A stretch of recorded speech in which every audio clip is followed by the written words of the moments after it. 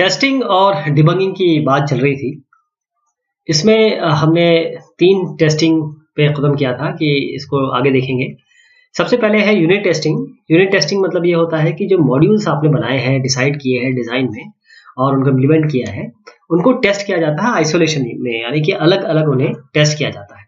अगर सारे के सारे आपने मॉड्यूल टेस्ट कर लिए हैं, तो आप ये देख सकते हैं कि अगर आपने मॉड्यूल नहीं जोड़े हैं, तो एक साथ और अलग-अलग टेस्ट नहीं किया है, एक साथ जोड़ दिया है, तो एरर कहाँ से उत्पत्ति कहाँ से हुई है, ये जानना बहुत मुश्किल है। इसलिए हम हर एक मॉड्यूल का अलग-अलग टेस्टिंग करते हैं। इसे हम यूनिट टेस्टिंग, यूनिट मतलब लोएस्ट लेवल। अब सबसे पहली बात यह है कि यूनिट टेस्टिंग क्यों की जाती है। जैसे प्रोग्रामर एक मॉड्यूल कोड करता है, उसकी यूनिट टेस्टिंग करता है। इससे क्या होता है कि जो डिबगिंग एफर्ट है, यानी कि जो एरर आने वाले हैं, उसको हटाने का एफर्ट बहुत दूर हो जाता है, बहुत कम हो जाता है।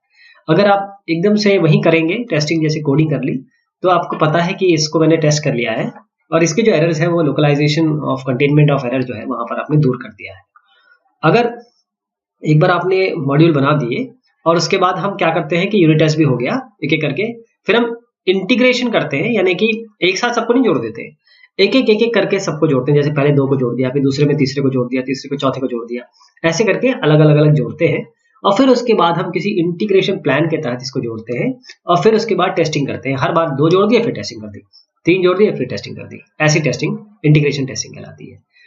सिस्टम टेस्टिंग का मतलब ये होता है कि फाइनल टेस्टिंग। यहाँ पर आप जो सिस्टम आपने पूरा डेवलप कर लिया है, उसको रिक्वायरमेंट के रिस्पेक्ट में जो एसआरएस बनाया है उसके हिसाब से वैलिडेट करते हैं। जो वैलिडेशन होता है, वेरिफिकेशन होता है, मैंने आपको पहले बताया, पहले डिस्कशन किया हमने।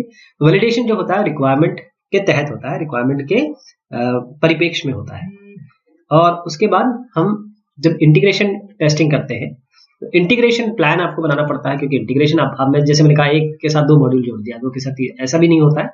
आप कभी-कभी 2 मॉड्यूल एक टाइप के, 4 मॉड्यूल एक टाइप के सबको जोड़ देते हैं, फिर करते हैं। तो उसके लिए कोई इंटीग्रेशन प्लान जरूर होना चाहिए। तो उसका तरीका ये होता है, बिग बैंग अप्रोच हो सकती है, टॉप डाउन हो सकती है, बॉटम अप हो सकती है, मिक्स्ड अप्रोच हो सकती है। ये अलग-अलग अप्रोच है। बिग बैंग अप्रोच सबसे सिंपलेस्ट है। सिंपलेस्ट किस लिए समझिएगा। इसमें क्या होता है, सारे के सारे मॉड्यूल को एक साथ जोड़ दीजिए और उसके बाद इसको टेस्ट कर लीजिए। तो कहाँ उपयोगी है, जहां पर छोटे सिस्टम्स है, स्मॉलर सिस्टम्स आते हैं, वहां पर आप ये कर सकते हैं। लेकिन जहां सिस्टम्स बहुत, मतलब जो मॉड्यूल से बहुत सारे हैं, तो वहां पर शायद बिग बैंग इंटीग्रेशन टेस्टिंग काम ना करे, क्योंकि अगर आपको एरर मिलता है तो बहुत मुश्किल है जानना कि कहाँ से उत्पत्ति हुई है, कहाँ से ये शुरुआत हुई है इसकी। और जो एरर है किसी भी मॉड्यूल में हो सकता है। तो डिबगिंग एरर्स जो बिग बैंग में आपको मिले हैं बहुत एक्सपेंसिव होता है, बहुत महंगा पड़ता है उनको फिक्स करना। फिर है बॉटम अप इंटीग्रेशन टेस्टिंग। इसमें क्या करते हैं हम, जो लोअर लेवल मॉड्यूल है, जो बॉटम लेवल पे मॉड्यूल है, उनको पहले आप जोड़ते हैं और उसके बाद ऐसे करके धीरे धीरे जोड़ते जोड़ते फिर आगे बढ़ाते हैं। डिसएडवांटेज क्या है इसका, बॉटम अप टेस्टिंग का, जब बहुत लार्ज नंबर ऑफ सब सिस्टम्स है आपको, बहुत सारे, तो आप फिर कैसे करेंगे नीचे वाले सिस्टम से आपके।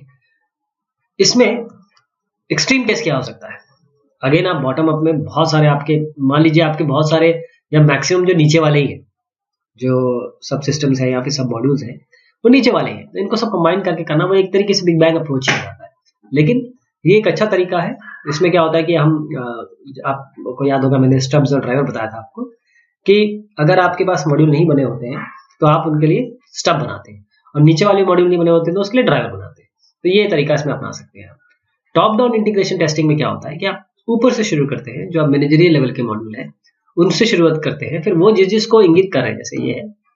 अब यहाँ पर क्या किया हमने, पहले इसको टेस्ट किया, अब ये इन दोनों के साथ जुड़ा हुआ है तो फिर इन तीनों को टेस्ट किया जोड़ के। ऐसे करके हम करते रहते हैं, 1 या 2 सबऑर्डिनेट रूटीन जो सिस्टम में होते हैं। एक बार आपने टॉप लेवल को चेक कर लिया, फिर उसके बाद नीचे वालों को चेक करते हैं। इस तरीके से आगे बढ़ते रहते हैं। एक तरीके की टेस्टिंग होती है जिसे हम सैंडविच टेस्टिंग कहते हैं। सैंडविच का मतलब ये है कि आप बॉटम अप और टॉप दोनों को मिला देते हैं। इसमें क्या होता है कि टॉप अप और टॉप डाउन और बॉटम अप दोनों को यूज करते हैं। ये बहुत बहुत कॉमन अप्रोच है। इंटीग्रेशन टेस्टिंग में अगर आप टॉप डाउन अप्रोच अपना रहे हैं तो टेस्टिंग वेट करेगी जब तक आपके टॉप लेवल मॉड्यूल्स कोड नहीं किए गए और उनका यूनिट टेस्टिंग नहीं हुई है। ये टॉप डाउन अप्रोच में होता है। और बॉटम अप में क्या है कि टेस्टिंग तभी शुरू हो सकती है जब सारे के सारे बॉटम लेवल मॉड्यूल्स बन गए। ये दोनों चीजें आपको ध्यान रखनी होगी। सिस्टम टेस्टिंग की जहां तक बात है, 3 मेन तरीके की सिस्टम टेस्टिंग होती है। एक अल्फा टेस्टिंग, बीटा टेस्टिंग और एक्सेप्टेंस टेस्टिंग। अल्फा टेस्टिंग में ये होता है कि जो डेवलपिंग ऑर्गेनाइजेशन है जिसने बनाया है, वहीं की टेस्ट टीम इसको टेस्ट करती है, सिस्टम टेस्टिंग। इसको हम इस तरीके से समझें कि अगर आप उसी सॉफ्टवेयर को या फिर अपने प्रोडक्ट को किसी ग्रुप को दे दे रहे हैं, फ्रेंडली कस्टमर्स को दे दे रहे हैं और वो उसे टेस्ट कर रहे हैं, तो उसे हम बीटा टेस्टिंग कहते हैं। तो अल्फा टेस्टिंग मतलब आपके जिस ऑर्गेनाइजेशन ने बनाया है वहीं पे हो रही है। और बीटा टेस्टिंग मतलब ये होता है कि आपने दूसरों को दे दिया अपना सॉफ्टवेयर, लेकिन वो जो लोग हैं वो आपके फ्रेंडली कस्टमर्स हैं, वो उसे टेस्ट कर रहे हैं। एक्सेप्टेंस टेस्टिंग मतलब ये है कि अब यूजर को एक्सेप्ट करना है। तो एक्सेप्टेंस टेस्टिंग जो होती है वो एक्सेप्टेंस या रिजेक्शन के लिए होती है। तो वो कस्टमर खुद ही तय करता है, खुद ही चेक करता है अपने एंड पे। स्ट्रेस टेस्टिंग, जिसे हम एंड्योरेंस टेस्टिंग भी कहते हैं, उसमें क्या करते हैं कि हम बहुत ज्यादा स्ट्रेस डालते हैं सिस्टम पे, कैपेबिलिटी जो सिस्टम है उसको चेक करने के लिए। जैसे वॉल्यूम बहुत बढ़ा दिया, रेट बहुत बढ़ा दिया, जो प्रोसेसिंग टाइम है, डेटा रेट, मेमोरी का यूटिलाइजेशन इतना ज्यादा बढ़ा देते हैं कि आप कोशिश करते हैं कि सिस्टम ब्रेक डाउन हो जाए। इसे हम स्ट्रेस या एंड्योरेंस टेस्टिंग कहते हैं। अब ये कैसे पता करेंगे कि एरर्स कितने रिमेन हो गए, कितने बाकी हैं? ये बड़ा एक इंपॉर्टेंट सवाल है। तो हम क्या करते हैं कि जो कोड होता है उसमें सीड, यानी कि हम बीज सीड मतलब बीज होता है, हम उनको डाल दें, मतलब अपने आप से एरर उसमें इंट्रोड्यूस करते हैं। तो जो हमने आर्टिफिशियल एरर अपने आप जोड़े हैं इस पे, और हम ये चेक करते हैं, उसके बाद टेस्टिंग करते हैं, देखते हैं कि कितने हमारे जो हमने इंट्रोड्यूस खुद एरर किए हैं उसमें से कितने एरर निकल के आए हैं। तो इसका तरीका देखिएगा, अगर मान लीजिए कैपिटल एन है पूरे जो एरर्स हैं जो सिस्टम में है कुल मिला के, स्मॉल एन वो एरर है जो टेस्टिंग में निकल के आए, कैपिटल एस है वो एरर्स जो हमने खुद इंट्रोड्यूस किए, सीड के बीज डाले, स्मॉल एस है वो सारे एरर जो हमारे निकल के आए, जो हमने खुद डाले थे उनमें से जो निकल के आए। तो उसके लिए फॉर्मूला इस तरीके से बनेगा, क्योंकि ये रेशियो में होगा, small N by capital N is equal to S by capital S. तो कैपिटल एन इस तरीके से हो जाएगा, रिमेनिंग क्या होगा, एन माइनस एन, पूरे जितने आपके एरर्स हैं कितने निकल के आए, तो जितने बच गए उन को माइनस कर देंगे। तो ये माइनस करने पर आपको ये वाला फॉर्मूला बनेगा। और इस फॉर्मूले को यूज करके एग्जांपल देखते हैं। मान लीजिए 100 एरर इंट्रोड्यूस हुए, 90 वो एरर थे जो हमको निकल के आ गए टेस्टिंग में, 50 एरर्स हमको मिले। और इस फॉर्मूले को अगर हम लगाएं तो हम ये निकाल सकते हैं कि किस तरीके से हम बाकी रिमेनिंग एरर्स होंगे। तो इस तरीके से हम रिमेनिंग एरर्स भी निकाल सकते हैं। वो रिमेनिंग एरर क्या होंगे जो हमने फॉर्मूला वाला यूज करना है, 50 इंटू जितने 100 माइनस 90, जितने हमने इंट्रोड्यूस किए और इंट्रोड्यूस करने पर मिल गया उनका डिफरेंस बाय 96। तो इससे हम आराम से रिमेनिंग एरर्स निकाल सकते हैं। एरर सीडिंग, जिसमें आप सीड एरर करते हैं, मतलब एरर डालते हैं, वो कौन से एरर होंगे? वो वाले एरर होने चाहिए जो आपको पता है कि ऐसे एरर आने वाले हैं।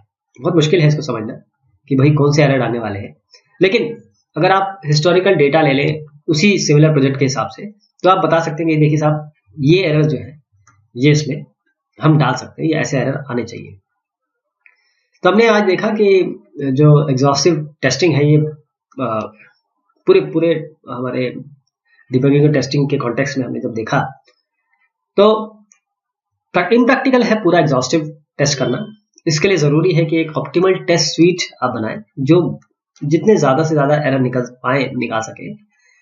तो इसके लिए अगर हम रैंडमली सिलेक्ट कर लेते हैं मान लीजिए टेस्ट केसेस, तो वो इतने सिग्निफिकेंस नहीं प्रोवाइड करेंगे। 2 अप्रोचेस हमने देखे टेस्टिंग की, या फिर हम टेस्ट केस जनरेशन की, ब्लैक बॉक्स टेस्टिंग और white box testing. Black box testing को हम फंक्शनल टेस्टिंग भी कहते हैं, और ब्लैक बॉक्स टेस्ट केसेस के लिए हमको जरूरी है कि एसआरएस हम जाने, अंदर का कोड और डिजाइन हमको जानने की आवश्यकता नहीं है, जबकि व्हाइट बॉक्स में आपको पूरा स्ट्रक्चर, डिजाइन और कोड जानना बहुत आवश्यक है। ब्लैक बॉक्स टेस्टिंग में हमने देखा कि 2 स्ट्रेटेजीज है, डिजाइन स्ट्रेटेजीज, एक इक्विवेलेंस पार्टीशनिंग है, बाउंड्री वैल्यू एनालिसिस है। हमने फिर इंटीग्रेशन और सिस्टम टेस्टिंग की भी बात की। तो ये हमने बात की टेस्टिंग और डिबगिंग की, और होपफुली आपको अब समझ में आ गया होगा टेस्टिंग डिबगिंग एक्चुअली में होती क्या है। बहुत शुक्रिया बात करने के लिए।